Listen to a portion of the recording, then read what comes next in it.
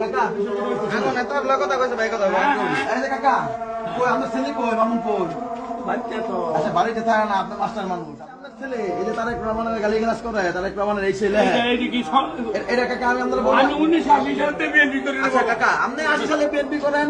আমার বাবা আমলি করতো সমস্যা নাই কিন্তু তারেক রহমানের নামে যে এই ধরনের কথাবার্তাগুলো লেয় তখন আমরা তো মনে করেন যে আল্লাহ নবীর পরে তারেক রহমানের মানি বাপদাদার চেয়ে বেশি মানি এমন বিষয়টা হয়েছে গিয়া উনি তো কোনো অপরাধ করে নাই ওনারা এই যে গালিগালাজ করেছে মনে হয় আমরা একটা কথা শুনেন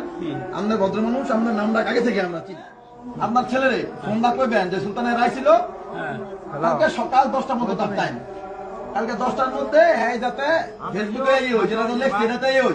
যাতে কয় যে হ্যাঁ ভুল করছে ভুল স্বীকার করে কাকা যদি ভুল স্বীকার না করে এটা আমি লাইভে আছি কাকা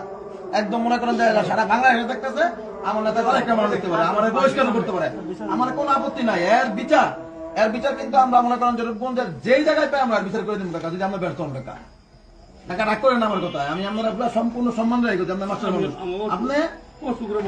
কাকা আমি আপনার করেন না আমরা যাইছি আমাকে খারাপ লাগতেছে কাকা আমরা কথাটা কইতেছি কিন্তু আপনার ছেলেরে কাকা আমরা খালি কোন আমরা নিজে করছেন যে 1980 সালে বিএনপি করেন আমার বাবা আমি করতো কাকা আমি বিএনপি সবসময় করি আমি 1975 সালে মানি আমি কিন্তু আমরা শুরু দিয়ে গেছি টাকা পয়সা লেনে দিন আমরা কিন্তু সম্মান